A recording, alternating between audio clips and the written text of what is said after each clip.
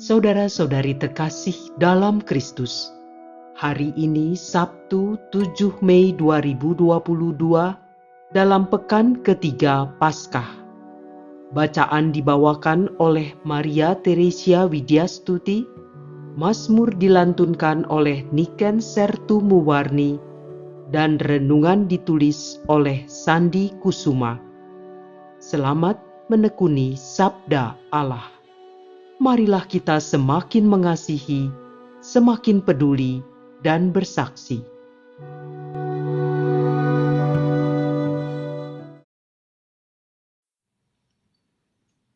Bacaan dari Kisah Para Rasul, bab 9, ayat 31 sampai dengan 43. Selama beberapa waktu setelah Saulus bertobat, jemaat di seluruh Yudea, Galilea, dan Samaria berada dalam keadaan damai.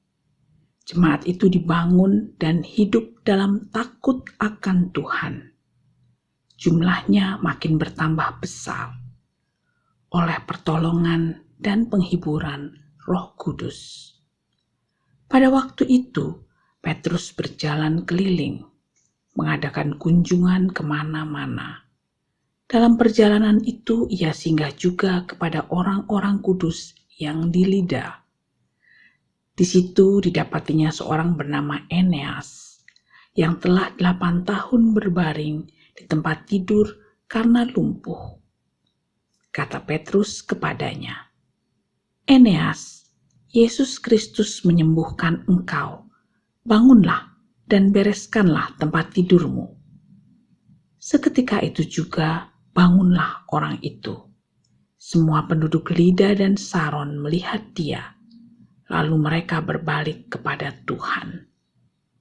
Di Yope ada seorang murid perempuan bernama Tabita, dalam bahasa Yunani Dorkas. Perempuan itu banyak sekali berbuat baik dan memberi sedekah.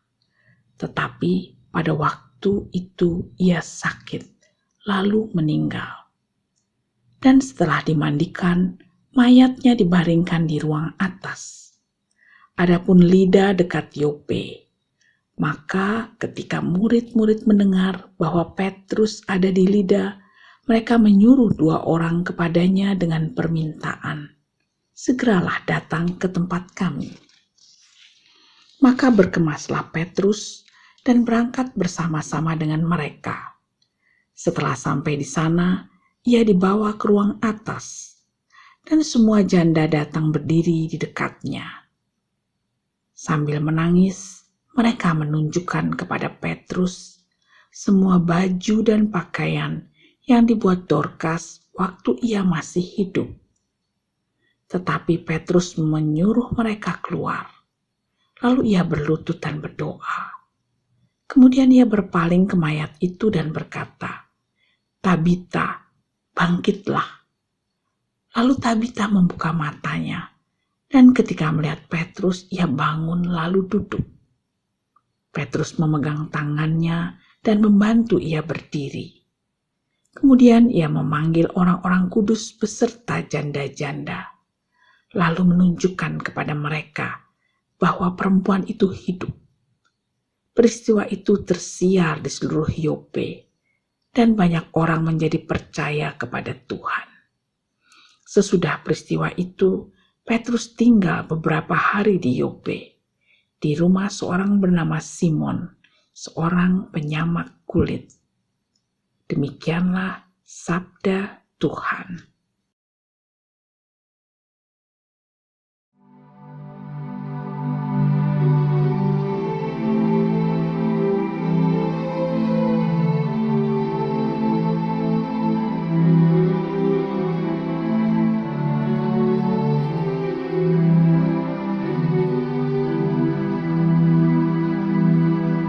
Bagaimana akan ku balas kepada Tuhan?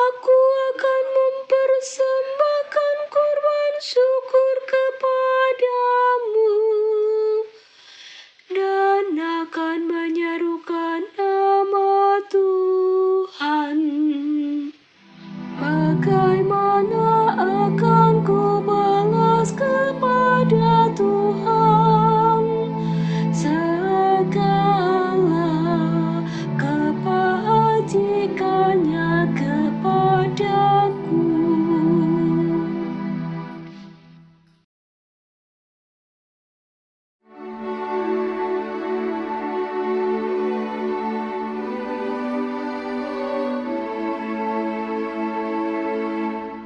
Haleluya, haleluya.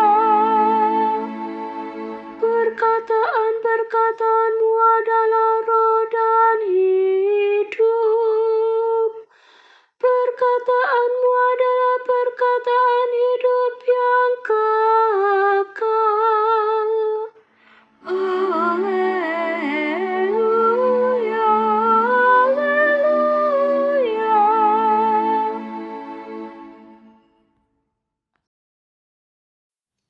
Inilah Injil suci menurut Yohanes, bab 6, ayat 60 sampai dengan 69. Setelah Yesus menyelesaikan ajarannya tentang roti hidup, banyak dari murid-muridnya berkata, "Perkataan ini keras, siapakah yang sanggup mendengarkannya?" Yesus dalam hatinya tahu bahwa murid-muridnya bersungut-sungut tentang hal itu. Maka berkatalah ia kepada mereka, "Adakah perkataan itu menggoncang imanmu? Lalu bagaimanakah jikalau kamu melihat Anak Manusia naik ke tempat di mana ia sebelumnya berada? Rohlah yang memberi hidup, daging sama sekali tidak berguna. Perkataan-perkataan yang kukatakan kepadamu adalah roh dan hidup. Tetapi di antaramu ada yang tidak percaya." Sebab Yesus tahu dari semula siapa yang tidak percaya dan siapa yang akan menyerahkan dia. Lalu ia berkata, "Sebab itu telah kukatakan kepadamu, tidak ada seorang pun dapat datang kepadaku kalau Bapa tidak mengaruniakannya kepadanya." Mulai dari waktu itu, banyak murid Yesus mengundurkan diri dan tidak lagi mengikuti dia. Maka kata Yesus kepada ke-12 muridnya, "Apakah kamu tidak mau pergi juga?" Jawab Simon Petrus kepadanya, "Tuhan, kepada siapakah kami akan pergi? Perkataanmu adalah perkataan hidup yang kekal. Kami telah percaya dan tahu bahwa Engkau adalah yang kudus dari Allah." Demikianlah sabda Tuhan.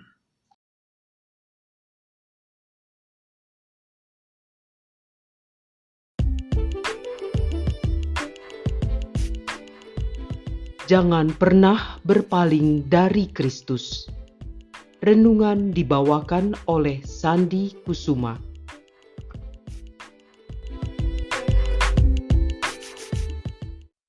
Adik-adik, Bapak, Ibu, dan saudara-saudara seiman dalam kasih Kristus.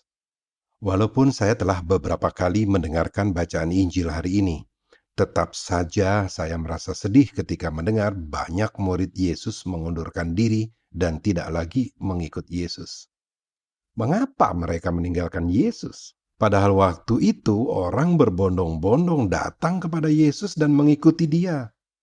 Mereka senang menyaksikan Yesus melakukan hal-hal ajaib yang tak mungkin dapat dilakukan oleh manusia biasa. Peristiwa Yesus mengubah air menjadi anggur di perkawinan di Kana tentulah telah menjadi buah bibir, sebab disaksikan oleh semua undangan yang hadir di acara perkawinan itu. Yesus menyembuhkan seorang yang telah 38 tahun sakit di kolam Bethesda, menyembuhkan anak pegawai istana, dan bahkan menggandakan roti serta berjalan di atas air. Jika mereka takjub dengan hal-hal ajaib yang dikerjakan oleh Yesus, lalu mengapa mereka pergi meninggalkan Yesus? Nampaknya mereka tidak terima Yesus meniadakan hari Sabat, dan Yesus dianggap telah menghujat Allah karena Yesus mengatakan bahwa Allah adalah Bapanya sendiri. Dengan demikian ia menyamakan dirinya dengan Allah. Dan Yesus mengatakan kalau ia turun dari surga. Akulah roti yang telah turun dari surga. Padahal mereka itu tahu asal-usul Yesus tidak turun dari langit. Bukankah ia ini Yesus anak Yusuf yang ibu bapanya kita kenal?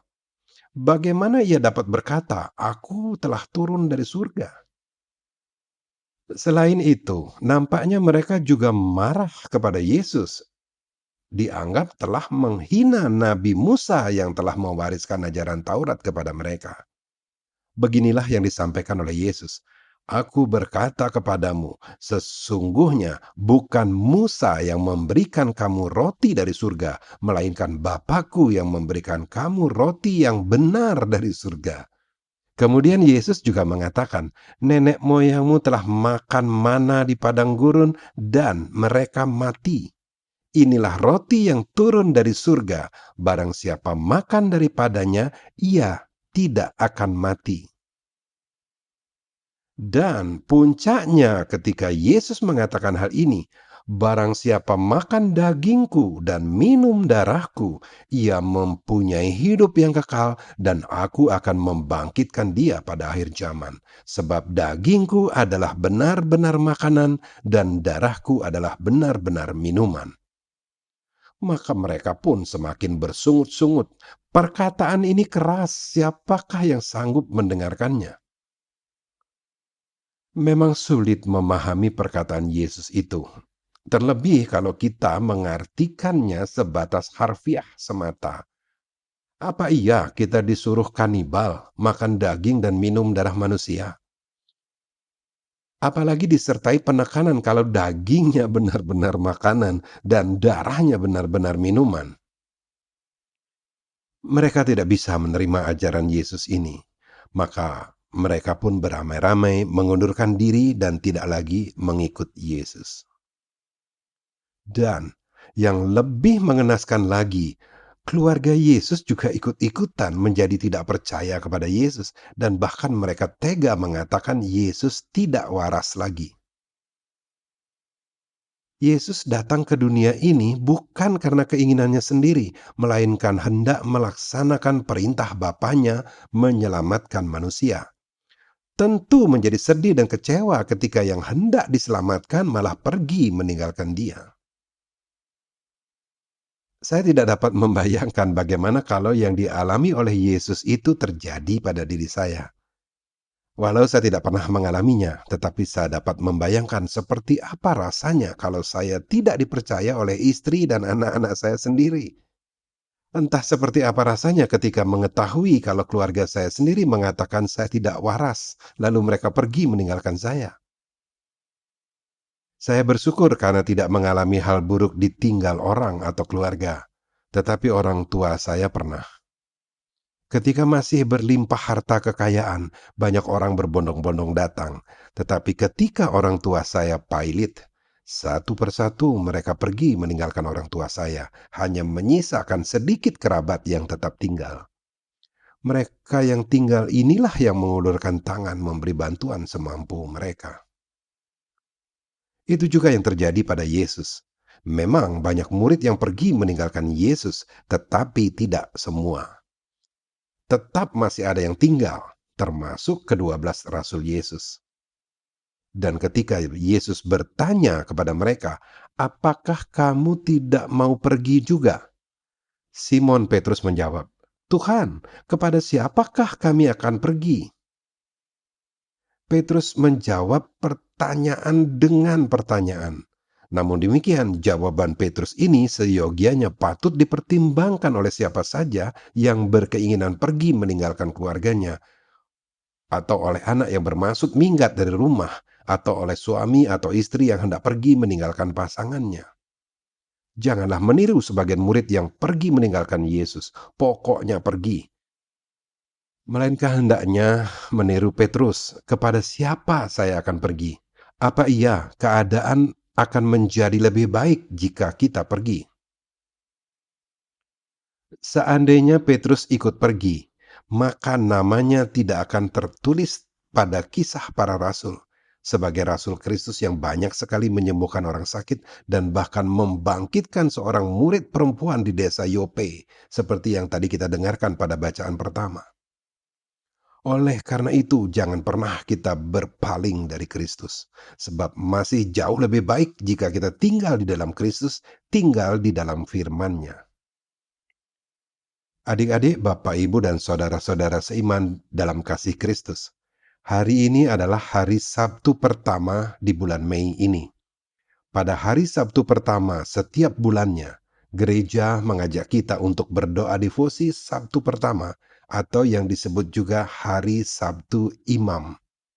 Kita diajak untuk mendoakan para imam dan mempersembahkan para imam kepada Bunda Maria, agar para imam tetap setia kepada panggilan imamatnya, dikuatkan dalam menghadapi tantangan dalam kehidupan imamatnya dan dalam tugasnya sebagai penggembala umat.